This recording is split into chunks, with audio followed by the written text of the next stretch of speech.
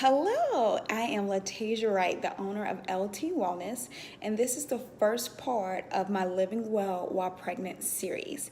I'm coming to you just to give you a few tips about being pregnant, fitness, nutrition, and basically just surviving your pregnancy. So I want to just share a few tips with you and I'll jump right in. So we'll start with fitness. So being pregnant, it's a time of your life that you're going to be super happy, super excited, and you're going to want to do the best you can for your baby.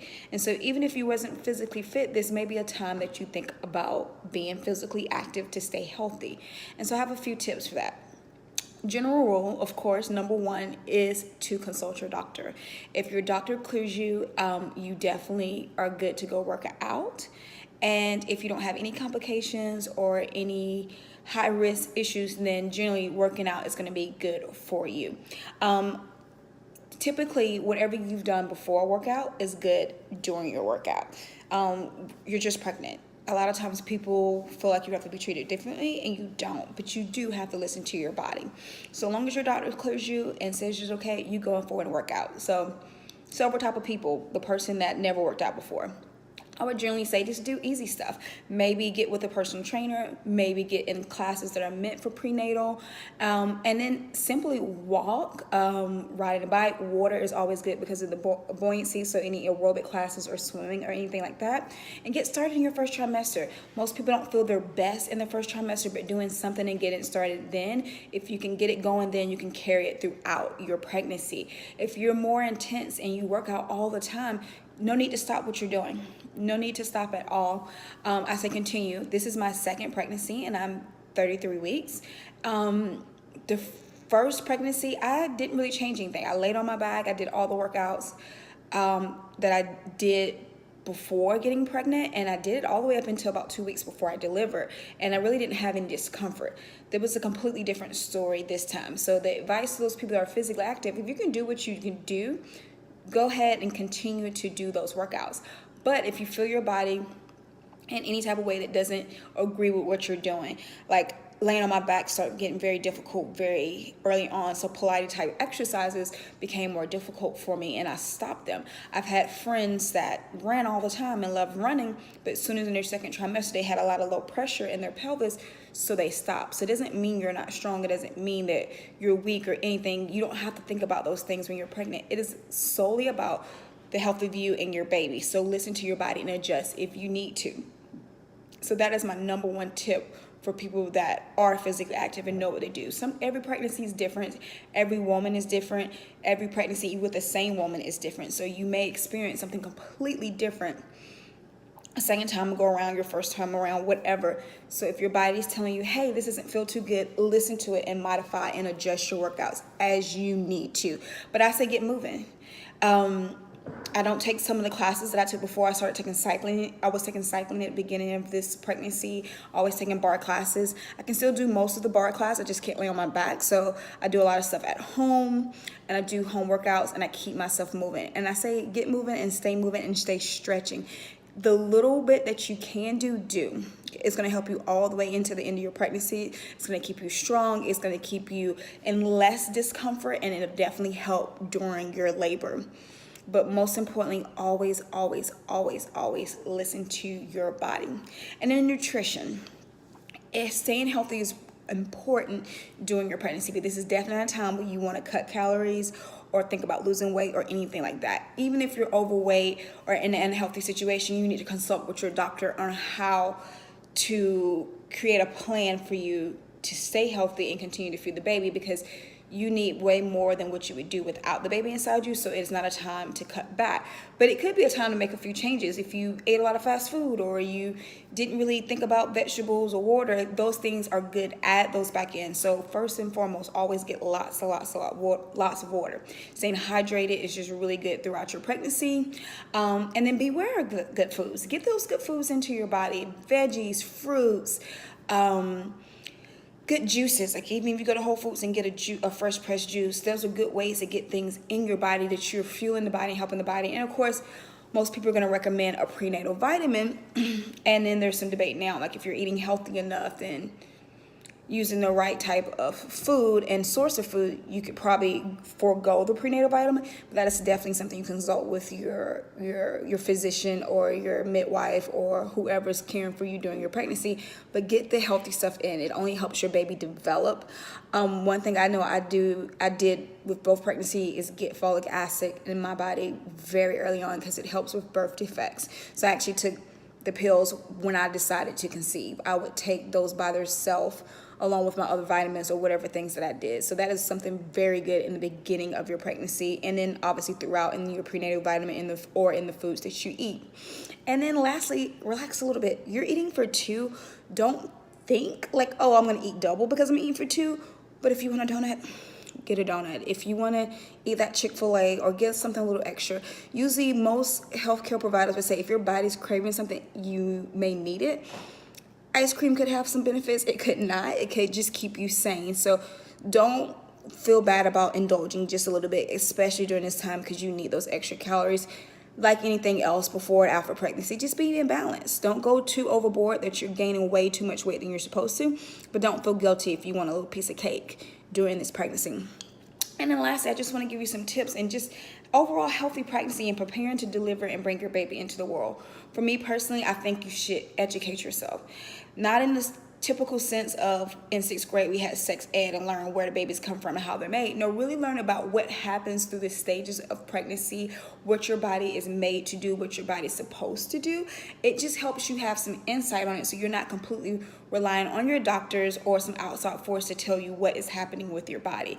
I am a big component for natural births, and I'll admit my first birth I gave into the epidural. So it's no guilt here, there's no shame, there's nothing of a force or a pressure to do one way or the other. But Emma May Gaskins, her name is spelled I-N-A, May Gaskins, Gaskin. She is a great person to read up on. I think she has dozens of books. She has YouTube channels. First book I read by her is The Guide to Natural Childbirth, and I would recommend it to anybody, whether you're deciding to go natural or not, just because it gave me so much insight on what the body is supposed to do and what happens and what benefit happens for every part of the pregnancy and delivery that I think is good for these things to know. Even though I got my epidural in my first pregnancy, I really think it helped knowing the things I knew. Standing up, walking around, not getting the epidural as soon as I got to the hospital, because you need to move around. Sometimes if you get it too early, your body doesn't really know what's going on and it doesn't progress through labor like you're supposed to. And this is what causes the intervention and mishaps that happens at the end of pregnancy. So I really stress educating yourself, learning about the process, learning when medical intervention is necessary and when it's being pushed and when it's unnecessary, essentially. So just learn it. I think a great time to do it is before you're getting pregnant, when you're thinking about conceiving.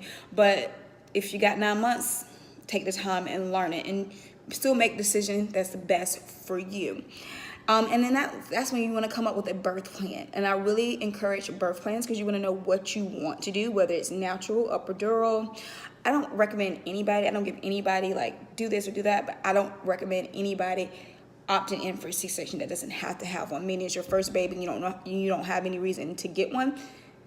It's just not something safe for you or the baby just to choose, but understand that sometimes it's necessary. The medical intervention will save your life or the baby life. If you already had one before, it's highly recommended for the second time. So VBAC is an option. Again, this all comes from the education, but decide a birth plan. And in deciding a birth plan, don't be married to it. Because I read from MMA that like women have gotten depressed because they were so tied to the natural idea and they had to get a C-section or they gave into the epidural and then they felt bad. I didn't feel that way because even though I wanted to do a natural birth really bad, I had made up in my mind that I would do what was best for me and the baby. And so if that even meant a C-section, which was my worst nightmare, if it came down to the health of the baby or myself, then I would go with it, relax, and accept it. So have a birth plan, but no, things can change. Everything is not out of your control, but definitely everything is not in your control. So that is one of the best advice I have about a birth plan. Don't be married to it. Plan it, prepare for it, and then be ready to do what's safe for your body. You know what I mean? You'll know, and you'll understand what should happen once you educate yourself and put yourself in there. The medical intervention is necessary sometimes. The biggest problem that I believe now is that it's overused. So if you need to use it, don't use it. But in a case that it is needed, it has saved so many lives from the babies to the mothers. So be ready for anything. And then be positive. Think positive, have positive people around you. Be calm. Pregnancy comes with its disadvantages, its discomforts. Labor is labor. Your body is meant to do it. Women have been doing it for years. There will be, for some women, really painful moments.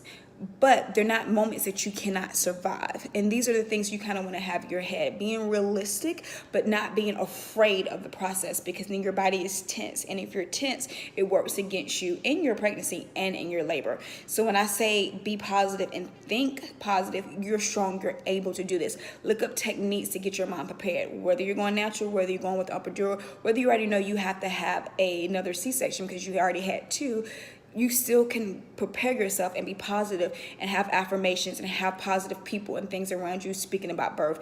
Don't get around those people like, oh my God, pregnancy is the worst and it hurt me so bad. No.